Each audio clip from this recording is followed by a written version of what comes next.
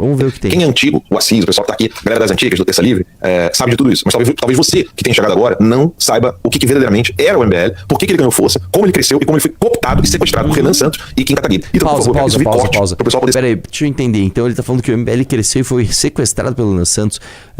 O Renan, na verdade, fundou o MBL, cara. Né? Não sei se você sabe, mas... Enfim. Põe no em 25, vai, tá muito rápido. Vai lá. Saber direitinho o que era o MBL, por que ele ganhou força entre os jovens e como ele foi cooptado. Porque pouca gente sabe disso, a gente fala disso, desde 2014. Vamos lá. Perfeito. Desculpa, eu tive uma áudio da minha mãe aqui, me fala de novo. Não, você só precisa narrar de novo.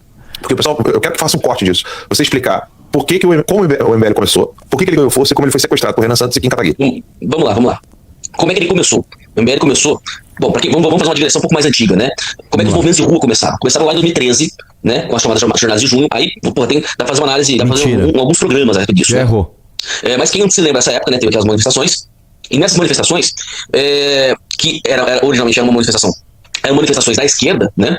Essas manifestações foram, não de cooptadas, né? Porque não tem como cooptar sem algo central, né? Sem um comando central, mas simplesmente a população, que não era direita, né? Nesse momento, né? Era simplesmente a população decidiu, vamos pra rua também e vamos pedir o que a gente acha. Só que o que eles acham é totalmente oposto daquilo que a esquerda estava querendo que eles achassem, né? Então começaram a pedir privatização, começaram a questionar o governo Dilma, começaram a fazer um monte de coisa que não era a ideia. A Dilma tinha... Você tá confuso, fera. Deixa eu te falar uma coisa. As manifestações de 2013... Tá, que era o Gigante Acordou lá por causa dos 20 centavos, veio do movimento Passe Livre. Teve um gap de manifestação até 2014. Não foi uma atrás da outra. Teve manifestações de 2013, foram duas gigantes. Plau! Depois acabou, parou. Né? Aí tinha uma aqui, outra ali pequenininha, Atos, tal. Isso não tem nada a ver com o MBL, não tem nada a ver com o MBL. O MBL surge depois da eleição da Dilma em 2014. Tem nada a ver com o Renan, com o Kim, nada a ver isso daí. Vai lá, continua. Proposto ali já estava na gaveta já uma constituinte exclusiva, que era golpe de Estado. Não tem outra leitura que se possa fazer daquele negócio, né? Era uma proposta de golpe de Estado, de fato.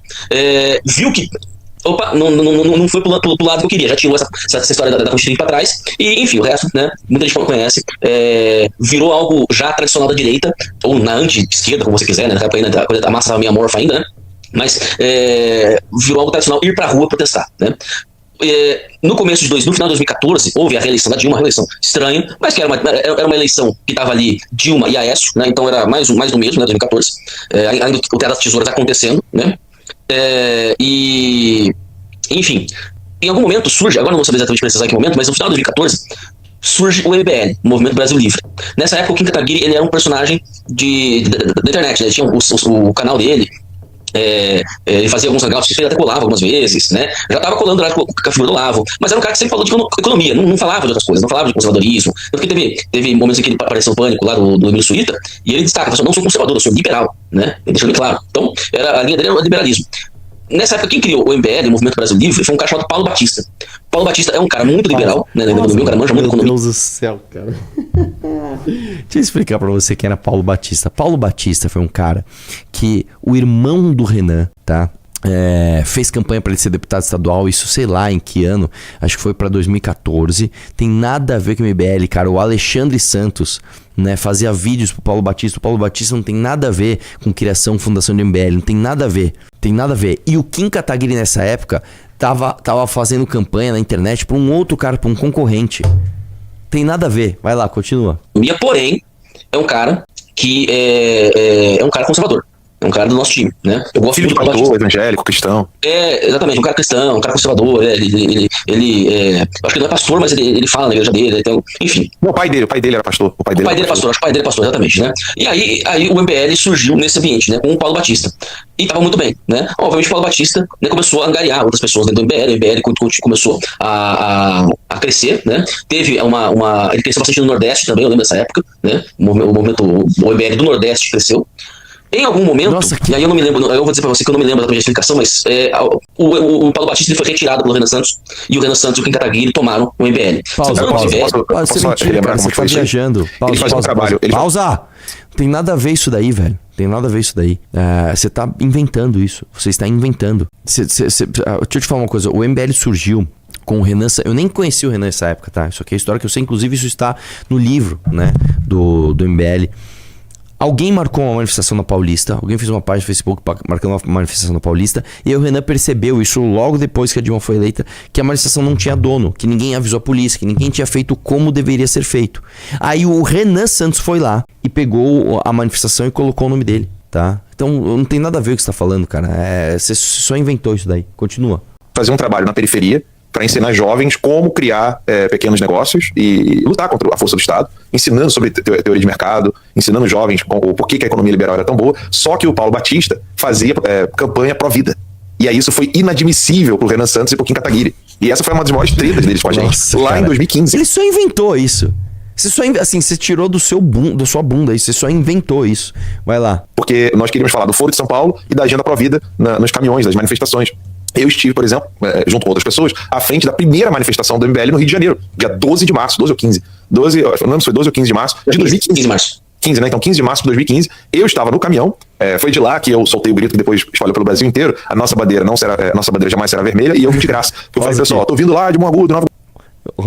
Eu gosto muito desse. É tipo Forrest Gump, tá ligado? Vocês já assistiram Forrest Gump? Ele tá contando uma história e fala: ai não, merda acontece, aí o adesivo inteiro, shit happens. Você realmente acha que o Alan dos Santos criou o grito Nossa bandeira jamais será vermelha?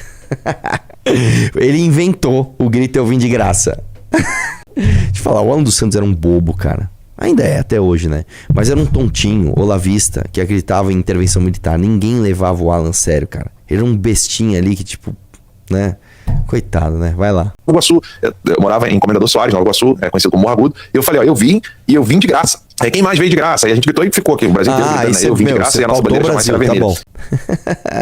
Vai. E aí, nessas manifestações, quem era aluno do Olavo estava proibido de participar depois dessa primeira manifestação, porque a gente falava do Foro de São Paulo e da Agenda Pró-Vida. E isso foi inadmissível, inclusive, essa Agenda Pró-Vida do Paulo, que não é o Paulo Figueiredo, tá, pessoal? Paulo Batista. Ele, sim, fundador do MBL, foi retirado pelo Renan Santos e pelo Kim Kataguiri, sobretudo pelo...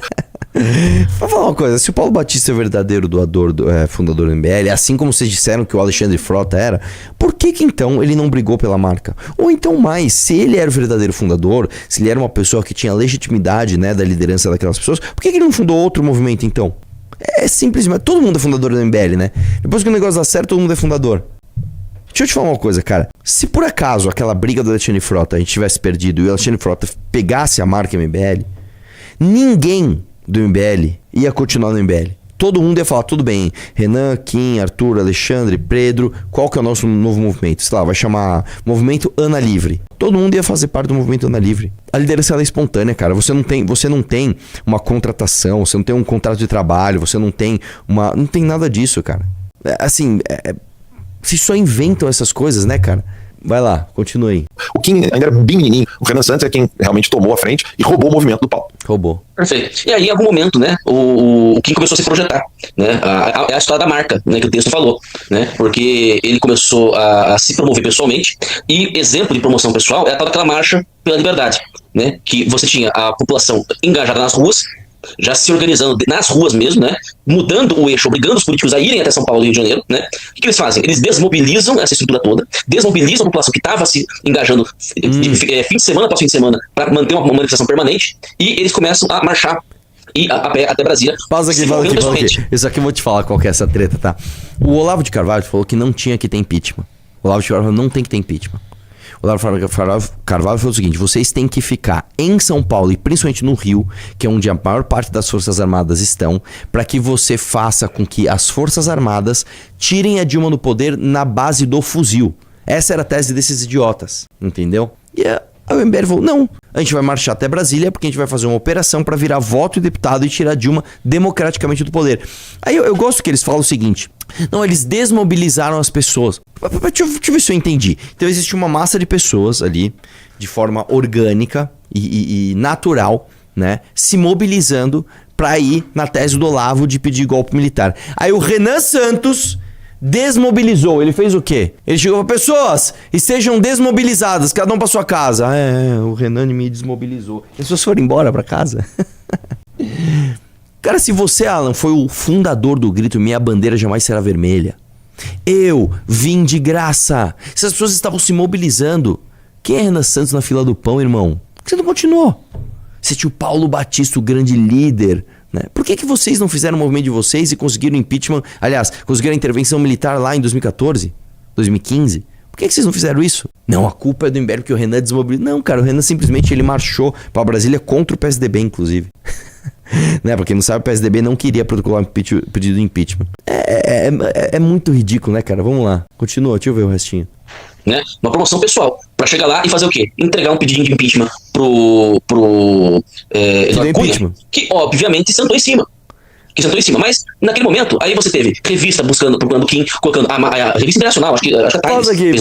Não, cara, você tá completamente confuso, cara. Primeiro que o pedido de impeachment andou, tanto que a Dilma sofreu impeachment. Segundo que a Time foi falar do Kim depois, tem nada a ver. A Time fez uma reportagem dos eu não sei se foi Time ou Forbes, acho que foi a Time, né? Dos jovens mais influentes under 30. Forbes Under 30.